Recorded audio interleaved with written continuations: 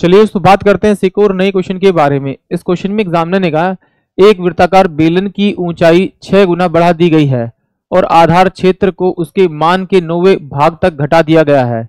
बेलन की पृष्ठ सतह में वृद्धि का कारक क्या है, ये एग्जामिनर मुझसे पूछ रहा है।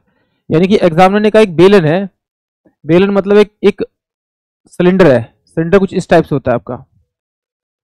कहता है इसकी जो रेडियस है वो r है और इसकी ऊंचाई जो है वो h है।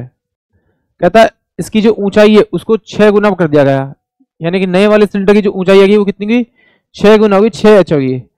और कह रहा है इसका जो एरिया है किसका, इसके सर्कल का जो एरिया है क्या कह रहा है, इसके आधार का क्षेत्रफल है वो पाई r स्क्वायर होता है, वो 1/9 हो जाता है।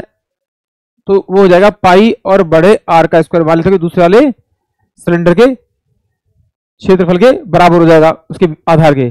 तो सोल्व करोगे इस पाई से पाई जाएगा, ये r इधर जाएगा तो 1/9 इक्वल टू में r स्क्वायर बटे में ये r स्क्वायर हो जाएगा। इधर जाऊंगा तो ये अंडर रूट हो जाएगा तो 1/3 इक्वल टू में r और बाय में r, यानी बड़ा r मेरे पास 1 हो जाएगा और छोटा r मेरे पास में कितना हो जाएगा, 3 हो जाएगा।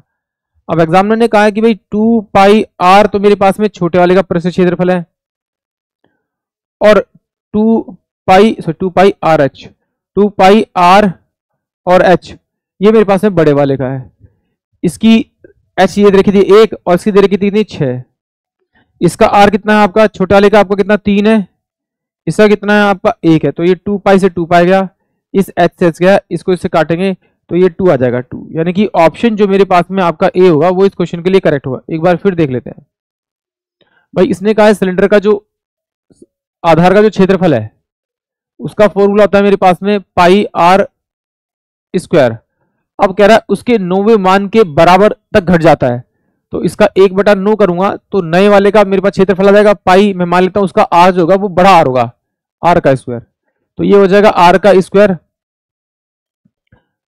पाई अपोन में हो जाएगा पाई और ये हो जाएगा आपका बड़ा कैपिटल r का स्क्वायर। तो ये 9 इधर जाएगा तो क्या हो जाएगा 9 बाय में आपका 1, इससे कट जाएगा तो इधर जाएगा तो रूट हो जाएगा, ये आपका इसका भी रूट हो जाएगा।